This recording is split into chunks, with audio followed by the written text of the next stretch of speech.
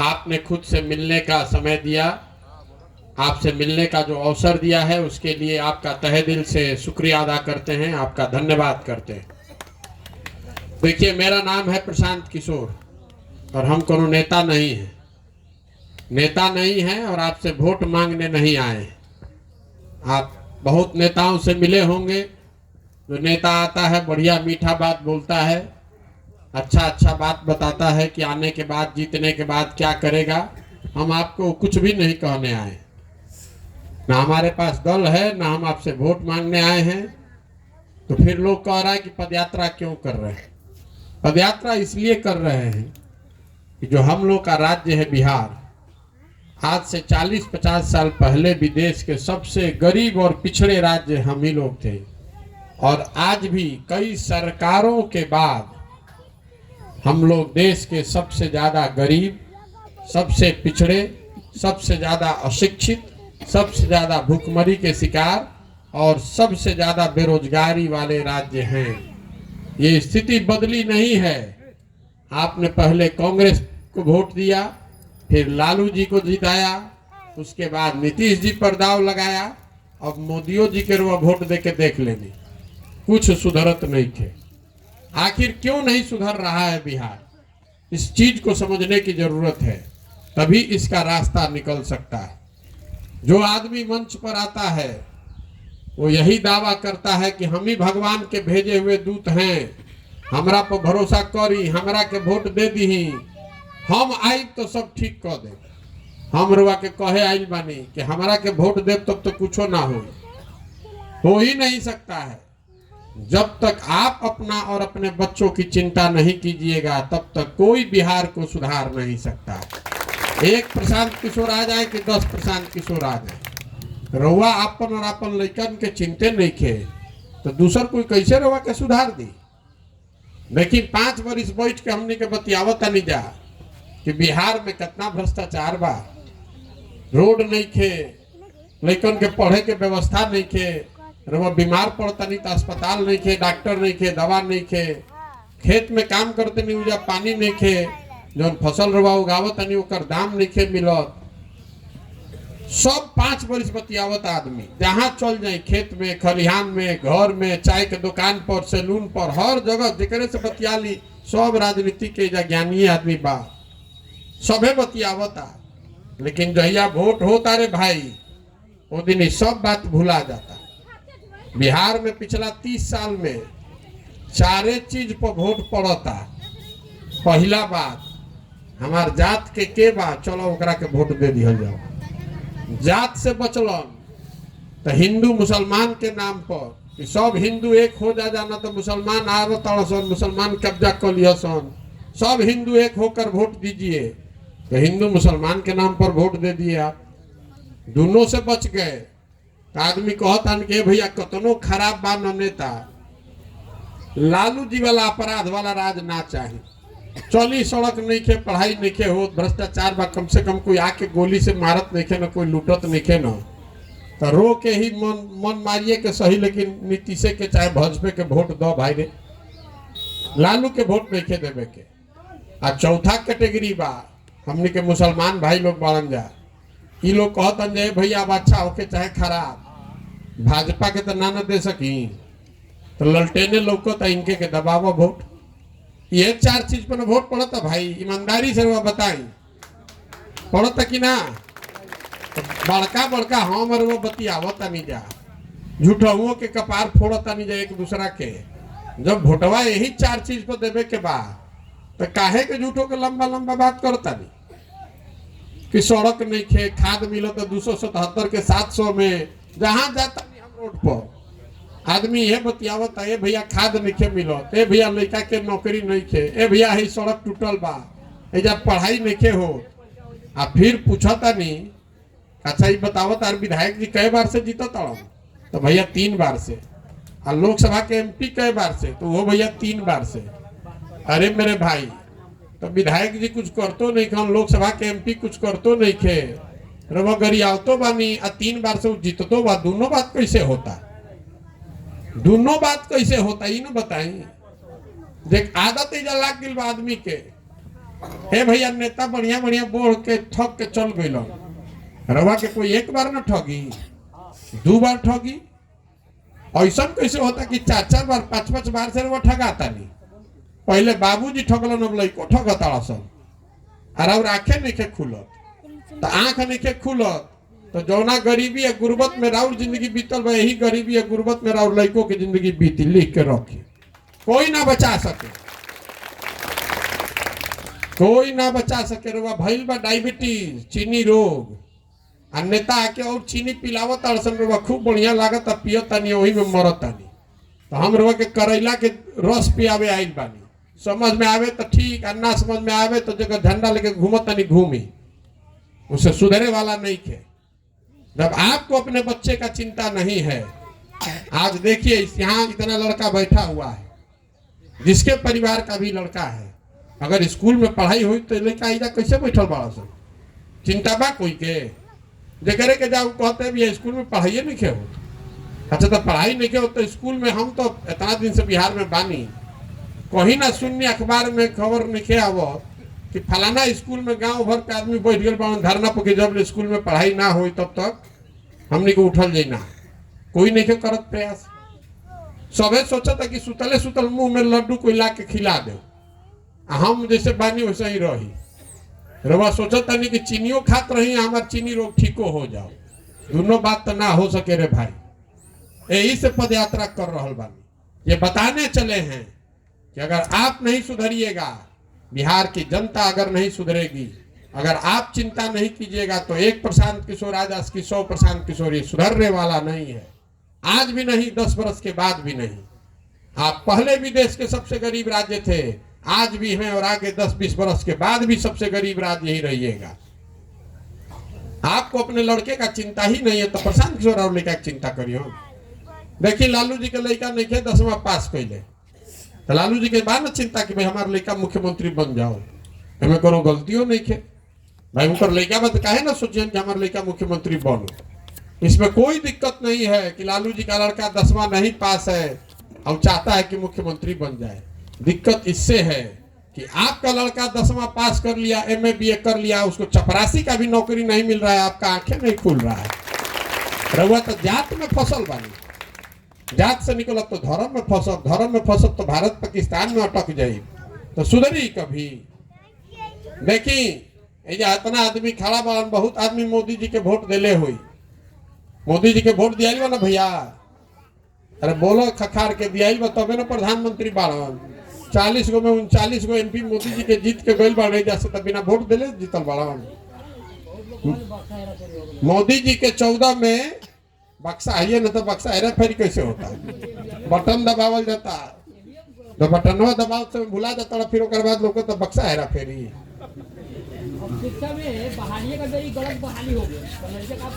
तो राउर लड़का नहीं के पढ़ते वो बात चिंता है कर ना ना, तो दे सरकारी में जाकर लड़का पढ़त ओकरा चिंता बा है बात के। ए मेरे भाई, तारा ऐसा भाषण देवे वाला आदमी दे बाड़न ना, ये बिहार के डुबा रहल बाड़न। खाली खड़ा होके मंच पर बतियावे आवता, आ तो या भोटवा होता तो खोलता कि पंडित जी के हमन, हम पंडित जी चलो उनके के दे दो। हम अरे बहाली हम कैले बानी, तो सरकार के बहाली के कैले बा? तू न कैले बा, हम ही न कैले बानी जा, तो पब्लिक के हम ही आप न किए हैं। जब बुर्बक बुझाता हमरा के, तब जे सरकार के बहाली कौन कर रहा है? आप ही हम न कर रहे हैं। यहाँ सरकार कौन चुन रहा है? 35 वर्ष से लालू जी नीतीश जी को आप और हम वोट नहीं दे रहे, तमिलनाडु का आदमी आके वोट दे रहा है, तो काहे दे रहे? तो भोगो फिर। आप समझते नहीं हैं, खाली यही पर बकवास करने की आदत लग गया। नेता बनने का, चाय के दुकान पर बैठ के खाली बड़का बड़का लंबा लंबा बतियावत है सब आदमी। हमको आपका वोट नहीं चाहिए, ना वोट मांगने आए हैं। बात को समझना है समझिए, और नहीं समझना है तो इसी जलालत में जिंदगी बिताइए अपना। पूरा देश में जहां आप जाते हैं तो कहता है बिहारी मतलब बेवकूफ, बिहारी मतलब अनपढ़, कहता है कि नहीं कहता? बिहारी गाली बन गया है, और आपका आंखें नहीं खुल रहा है। यहाँ पूरा बिहार में हमने के क्या कर रहा बानी जा? हम जब मोटरसाइकिल पर चलत, मोटरसाइकिल चलावत हो कब न, मोटरसाइकिल जो चलावता मोटरसाइकिल जो चलावो तो मोटरसाइकिल बनता कहाँ? मोटरसाइकिल बनता हरियाणा में, महाराष्ट्र में। रउआ बस पर चलता नहीं, बस कहाँ बनता? गाड़ी कहाँ बनता? गाड़ी बनता तमिलनाडु में, गुजरात में। रउआ घर में सीमेंट लगावता नहीं, छड़ लगावता नहीं, कहाँ बनता? ये बनता उड़ीसा में, मध्य प्रदेश में, झारखंड में। आप घर में टीवी देखते हैं, हाथ में मोबाइल ले ले बनी, ये कहाँ बनता? ये बनता उत्तर प्रदेश में, महाराष्ट्र में। बिहार में क्या बनता? बिहार में क्या बनता? इतना आदमी खड़ा बनी, बताई तो नहीं बिहार में क्या बनता? कुछ नहीं बनत। हम बतावता नहीं क्या बनता। पूरा बिहार को पिछला 30 साल में मजदूर बनाने का फैक्ट्री बना दिया है यहाँ के नेताओं ने और व्यवस्था ने। हमने के मजदूर बनावता नहीं जब पूरा अपना लड़कन के अपने आप में हम लोग को शर्म नहीं आ रहा है। जवान लड़कों को हम लोग कंधा पर झोला बांध कर भेज रहे हैं कि जाओ मजदूरी करो। जिन पूरा बिहार देश भर में जरा देश में मजदूर चाहिए तो कहता जा 100 को बिहार से पकड़ के ले आओ। हमने के लाजे नहीं खेला और आंखें नहीं के खुलत। अब बैठ के खाली गलचौर होता खूब। इसलिए पद यात्रा कर रहे हैं। आपको हाथ जोड़कर कहने आए हैं कि जगिए, अपना नहीं तो कम से कम अपने बच्चों का चेहरा देखिए। नहीं तो इसी जाति और धर्म और हिंदू मुसलमान भारत पाकिस्तान करते करते जिंदगी बीत जाएगा। कुछ सुधरने वाला नहीं है। आदमी सोचा था कि कोई आई हमनी के सुधार दी, कोई सुधार सकेला? 14 में मोदी जी आई, सब लोग कहल कि मोदी जी हम तो सब सुधर जाई, मोदी जी हम तो महंगाई खत्म हो जाई, भ्रष्टाचार खत्म हो जाई, देश में विकास हो जाई। 14 में मोदी जी के हम ही प्रचार करत रही। नारा रवा सुन ले हो खब, हर हर मोदी, घर घर मोदी। मोदी जी गुजरात के आ बिहार के घरे घर रवा बतियावत तनी मोदी मोदी मोदी मोदी। मोदी जी के घरे घर से वोट दिया गई।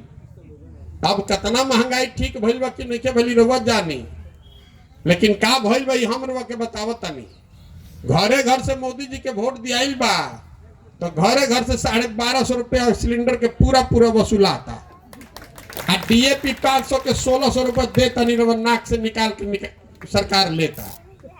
तो अगर वोट हम रवा दिले बानी मोदी जी के तो सिलेंडर के पैसा, डीएपी के पैसा पाकिस्तान के आदमी दी। जैसा वोट दीजिएगा वैसा ही ना परिणाम पाइएगा। मोदी जी के ढेर वोट दिले बानी जो हमने के, तो मोदी जी प्रधानमंत्री बाड़न आ थोड़े बहुत वोट हमने के देनी जा तो नीतीश कुमार हो गए मुख्यमंत्री। तो नीतीश कुमार मुख्यमंत्री भइलन तो कहलन कि हमरा के सब महिला लोग वोट दिले बाड़ी जा हम शराबबंदी लागू करब। शराबबंदी लागू हो गई बिहार में। नीतीश कुमार का शराबबंदी ऐसा शराबबंदी है जिसमें शराब का दुकान बंद है, होम डिलीवरी चालू है। और शराब के दुकान बंद होने से आपका हमारा इस गरीब राज्य का हर साल 20,000 करोड़ रुपया का नुकसान हो रहा है। और 20,000 करोड़ रुपया आवत कहां से बा? जो नुकसान होता ओकर भरपाई खातिर डीजल पर 9 रुपया लीटर और पेट्रोल पर 13 रुपया लीटर यूपी के मुकाबले ज्यादा बिहार सरकार ले रहा बा टैक्स। हमरा रो आंखें नहीं खुलत तो कैसे सुधरी रे भाई? आदमी कहता कि भैया का करी, लालू के नाना वोट दे सकी। अजय लालू के नहीं कहते क्या करिए भैया, भाजपा के नाना दे सकी। अभी देखिए हम 70 दिन से पैदल चलता नहीं। रामनगर में हमरा हजाम भेटलन तो कुछ नहीं किए भाई बतावा है 32-35 साल से लालू नीतीश राज चलावत जा, दोनों में का फर्क बा? एक जना चलेलन 15 साल, एक जना चलेलन 17 साल। का फर्क बा दोनों में? तो कहते हैं भैया दोनों में कुछ फर्क नहीं खे, तो जनता के मन के भ्रम बा। दोनों में जनता के हजामत बिहार के पूरा पूरा बनल बा। फर्क अतने बा कि लालू जी के राज में हजामत अपराधी बनावत रहसन और नीतीश जी के राज में हजामत अब अधिकारी बना रहल बा। लालू जी के राज में अपराधी जन रहे वो रात में गन लगा के लूटत रहे। नीतीश कुमार के राज में अधिकारी कलम लगा के दीने में लूटता। लुटाता कि नहीं लुटा? जाई रवा थाना में, ब्लॉक में, अस्पताल में, स्कूल में, हर जगह भ्रष्टाचार से कहीं जान बचे के बा?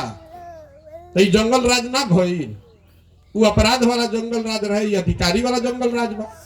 और रवा हमरा बुझाता कि लालू के जंगल राज के हटा के हम नीतीश के सुशासन ले आयल बानी। तो कैसे सुधरी? बहुत आदमी कहता है कि भैया रउआ दल बना ली तो हो जाए। हम आपको बताने आए कि हमारे दल बनाने कुछ नहीं होगा। पहले ही से बिहार में 50 को दल बा, एगो हमू बना ले तो उससे क्या हो जाए? कुछ नहीं होगा उससे।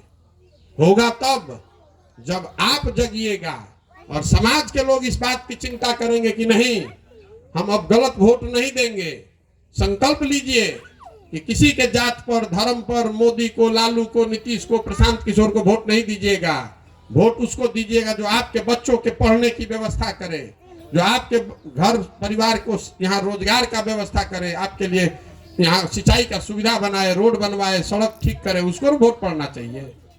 तो बतियावे खातिर लंबा लंबा वोट देते समय उहे बात पर वोट दे तो कोई करी वोट नहीं, तो वो जान गए बड़ा सन सब ये जहरे जनता के बतियावे दे लोग के कुछ मतलब बा, खिसिया के चाहे गरिया के, हंस के चाहे गा के वोटवा तो हमरे के दिहन जा कहाँ बा ना बात भाई। जे लालू के सपोर्टर बदू कहते कि जइहन जा कहाँ, भाजपा के डर से हमरे के दिहन जा, आज भाजपा के नेता बाबू कहते कि जइहन जा कहाँ, लालू के डर से हमरे के दिहन जा। इसीलिए निकले हैं। इसका नाम क्या है? जन सुराज। इसका नाम प्रशांत सुराज नहीं है, ये मोदी सुराज ना हो, लालू सुराज ना हो, जनता का सुंदर राज होना चाहिए। जो बात महात्मा गांधी ने बताई, जब निचले स्तर पर, गांव के स्तर से लोगों को समझ बूझ कर उनको जोड़कर निर्णय नहीं लिया जाएगा, तब तक ये नहीं सुधरने वाला है। बिहार तब सुधरेगा जब 50,000 अच्छा आदमी वार्ड सदस्य जीत कर आए, जब 10-20 हजार अच्छा आदमी मुखिया और बीडीसी जीत, पंचायत समिति जीत कर आए, 100-150 अच्छा आदमी विधायक बनकर आए, तो अब न बिहार सुधरेगा। खाली मुख्यमंत्री बदले से बिहार सुधरे वाला बात, नीचे से ऊपर तक तो सब घून लगा हुआ है। एक आदमी को आप बदल दीजिएगा तो उससे सब सुधर जाएगा? नीचे से ऊपर सब बदलना पड़ेगा, पूरा परिवर्तन होना चाहिए। इसलिए पदयात्रा कर रहे हैं कि समाज के बीच से उन लोगों को ढूंढ कर निकालें जो इस नई व्यवस्था को बनाना चाहते हैं। झंडा लेकर घूमने वाले या वर्कर बनाने वालों को नहीं ढूंढ रहे हैं कि कार्यकर्ता बनावे का अभियान ना हो, पर्ची फाड़ के भैया दल ज्वाइन करे के बाद, दल ज्वाइन करने का अभियान नहीं है। यह अभियान है उन लोगों को ढूंढने का जिनमें काबिलियत है, जिनमें जज्बा है कि नहीं बिहार को सुधारा जा सकता है और सुधारने में मैं कंधा लगाना चाहता हूं, ऐसे लोगों को ढूंढ कर निकालने का। एक बार समाज से सबके ढूंढ के निकाल ले, फिर सब आदमी बैठ के तय करी कि दल बनावे के बाद तो बन जाई दल। दल बनाने में कितना देर लगता है? तो एक दिन में बन जाएगा। लेकिन अगर दल बन गया तो दल किसी व्यक्ति का नहीं, किसी परिवार का नहीं, किसी जाति का नहीं, बिहार के सब उन सही लोगों का होना चाहिए जो इसको मिलकर बनाए और मिलकर इसको चलाए। ना तो जे हो गई बिहार में पार्टी बनावत तो कहता कि हम हो गए नेता, हमारा बाद हो हमार बेटा, कुल जाना तो लोग बिहार के आदमी हमार झोला लेके ढो जा झंडा लेके। हमने के ये अच्छा लगता कि कोई आओ आ कह दे कि हम आई भैया सब ठीक कर दे। देखी मोदी जी अलन तो आदमी एजे मोतिहारी में कह के गलन न रुआ से कि चीनी मिल चालू हो, यही चीनी से चाय पियब तो आई बिहार में वापस। चीनी मिल चालू हो गई, चीनी मिल तो ना चालू भइल, मान ली कि चीनी मिल ना चालू भइल, कोनो दूसरे फैक्ट्री लगवा देतन मोदी जी। काहे निखन लगवावत मोदी जी फैक्ट्री? हम रवा के बतावत नहीं काहे निखन लगवावत। गुजरात में एगो शहर बा सूरत, रवा सब में से कुछ आदमी नाम सुनले होई। 5 लाख बिहार का लड़का सूरत अकेले एक शहर में मजदूरी कर रहा है।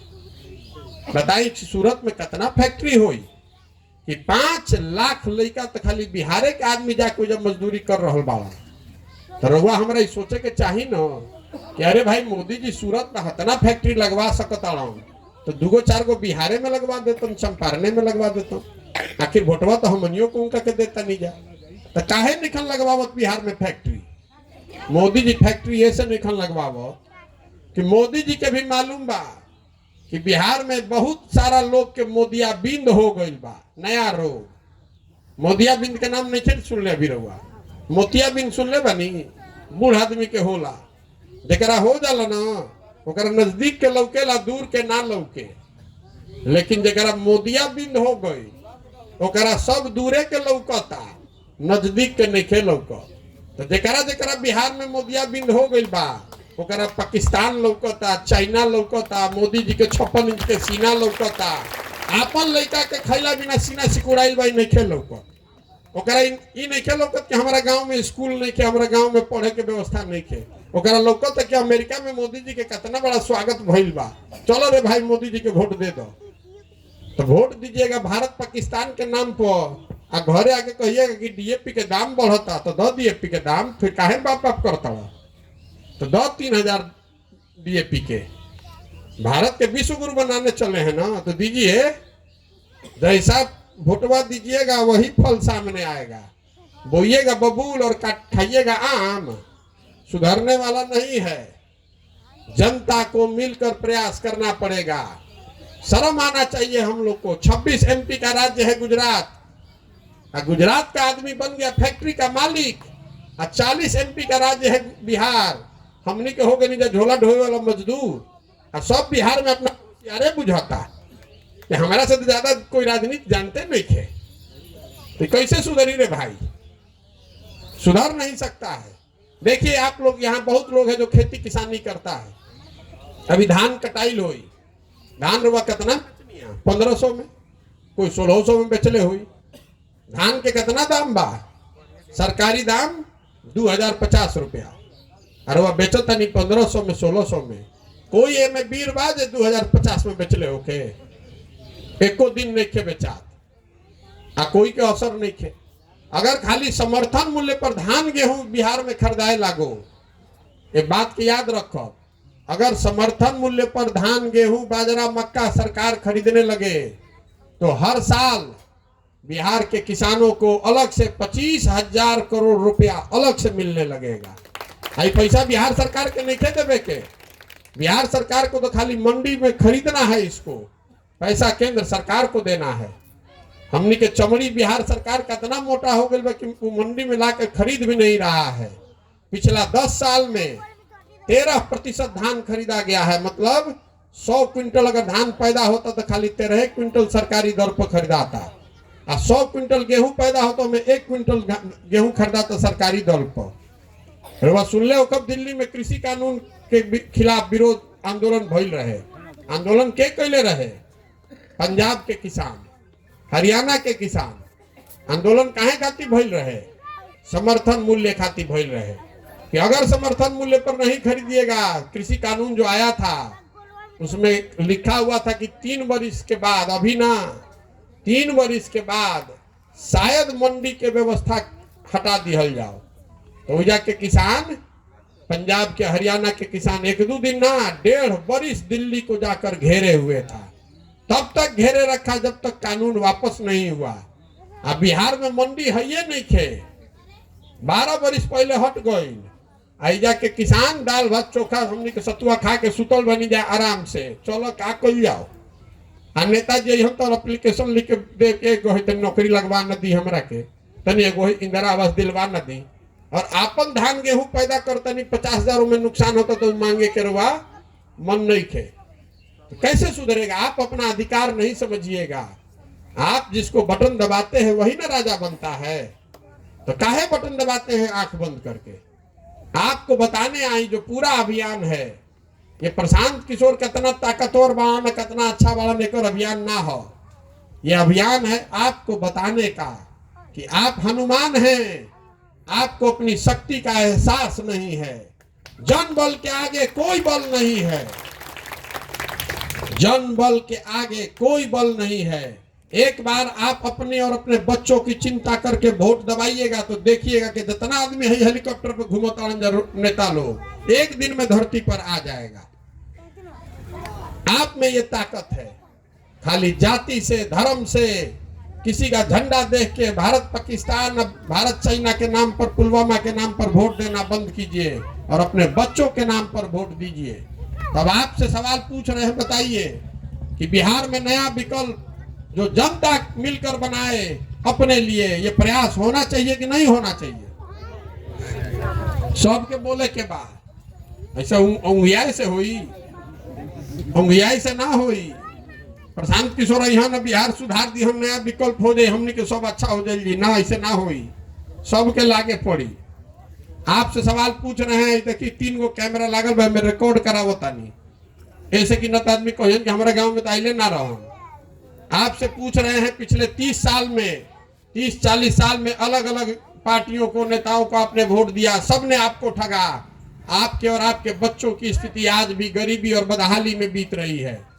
अगर इससे सुधर निकलना है तो गांधी जी के बताए हुए मार्ग पर चलकर जनता को मिलकर अपना विकल्प बनाना होगा। बनाना चाहिए कि नहीं बनाना चाहिए? सबके बोले कि हाथ उठा के अंतिम बार पूछा था भी, हाँ तो हाँ, ना तो ना। जनता को सबको मिलकर, जबरदस्ती मत बोले, क्यों जरूरी है, नहीं बोलना है तो ना बोलिए। जनता को मिलकर नया विकल्प बनाने का प्रयास करना चाहिए कि नहीं करना चाहिए?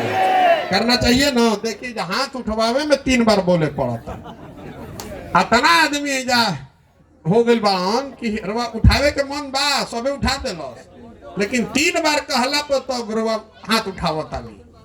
ये जड़ता ने हम लोग को बर्बाद किया है, एकदम जड़ हो गया है समाज। राजनीतिक सामाजिक जड़ता ने हम लोग को बर्बाद कर दिया बिहार को। ये ज्ञान की भूमि रही है, हम लोग मजदूर बनाने के फैक्ट्री नहीं है। इस मिट्टी का गौरव करना सीखिए, जिस मिट्टी में आप और हम पैदा हुए, हम लोग के माँ बाप और पूर्वज पैदा हुए। ये ज्ञान की भूमि रही है। हम लोग बेवकूफ और अनपढ़ लोग नहीं हैं। नेताओं ने और व्यवस्था ने हम लोग को, आपको बेवकूफ बना दिया है। देश भर में कह रहा है कि बिहारी मतलब बेवकूफ। एक बार आप जग जाइएगा, एक बार आप जग जाइएगा तो आप देखिएगा कि कैसे शीशे के तरह यही रात चमकने लगेगा। जो लड़के आज फैक्ट्री में मजदूरी कर रहे हैं, अगर व्यवस्था सुधर जाए तो वही लड़के आकर बिहार में फैक्ट्री लगा भी सकते हैं और यहीं पर बाहर का आदमी आकर रोजगार करेगा। इस बात को सुनिए, समझिए, चिंतन कीजिए। ठीक लागी तो ऐसे जुड़ब, और ना ठीक लागी तो जौना दल के झंडा लेके चलतनी में चली रे भाई। हमारा उसे कुछ ना बिगड़े के बाद, हमारा के भगवान बहुत देले बाड़ा। हम इधर आके एमएलए के चुनाव लड़े नहीं की आई, आपको समझाने बुझाने आए हैं। इस राज्य की और राज्य की स्थिति, लोगों की स्थिति देख के दर्द होता है कि दुनिया कहां से कहां चली गई। हमनी के आज वही दुर्दशा में जियत आनी जैसे 1960 1970 में आदमी जियत रहो। जगिए, और खासकर जो नए लड़के हैं, आप इस पर बीड़ा उठाइए कि बिहार को बदलना है। पूरा प्रयास कीजिए, तभी सुधरेगा। ये आपके कंधे पर जिम्मेवारी है। अगर आप नहीं जगिएगा तो आने वाले पीढ़ी को भी मजदूर बनकर ही पूरे भारत में जीना पड़ेगा। आप आए, आपने हमारी बात सुनी, इसके लिए धन्यवाद। अब अंतिम एगो इस मिट्टी के सम्मान में नारा लगा कर जा रहे हैं। बोलिएगा, मैं बोलूंगा जय बिहार, आपको बोलना है जय जय बिहार। जय बिहार, जय बिहार। धन्यवाद।